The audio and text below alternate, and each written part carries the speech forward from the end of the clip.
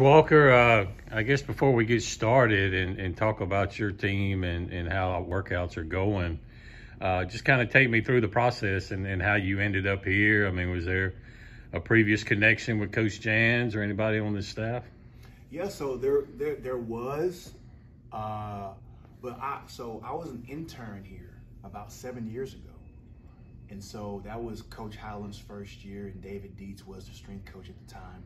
That's right. And so there were still people around during that time. And so when this job opened up, somebody had reached out to me about it. And, I was like, okay, yeah, absolutely. I'm very interested. And it so happens that, with Coach Jans, like he and I knew the same people. Like he's a JUCO guy. I played JUCO. And so a lot of the people that I was associated with during JUCO and even being with Chris Beard, for example, he was my head coach at McMurray, and then I was his strength coach as a GA at Angelo State.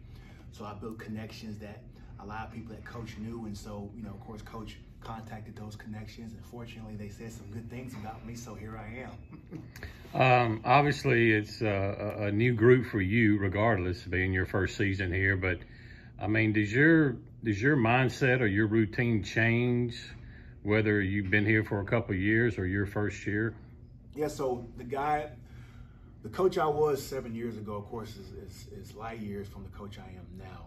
Even how, because when I was an intern 7 years ago, I never had a full-time job yet. Now, I got my first full-time job when I left here, which is interesting because it gave me an opportunity to get my first full-time job, and then now I'm back here, so it's crazy how things going full circle. But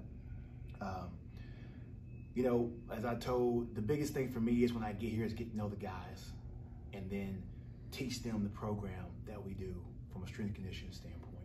And so that's basically what the whole summer was about. What's your main emphasis? What do you focus on the most regarding strength training? So for me, I guess we can go over my 5 principles, I guess. So number 1 is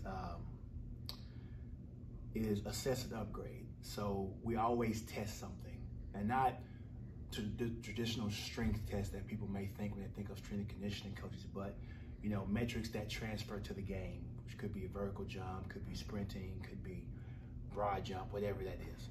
Number 2 is prioritization. So once we assess and see figure out what we need to upgrade, then we'll prioritize that. And then 3rd is individualization. So I respect the player, I respect our guys as individuals, I respect them as players, and I respect them as men. And so they're going to be a part of that process. And so we'll both collaborate to build their program together. And then number 4 is technique.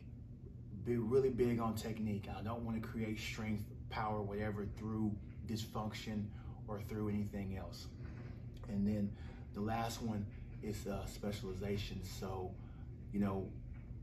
what are movements, what are things that we can do to help give these guys more time in the game of basketball? We're going to get them stronger. We're going to do all these different things, but the most important thing we want to do is to make sure that they have more time with our coaches. That's the most important thing. I told my guys actually yesterday, my job is to put your best self out there each and every night. That's my job. So, that's the biggest thing.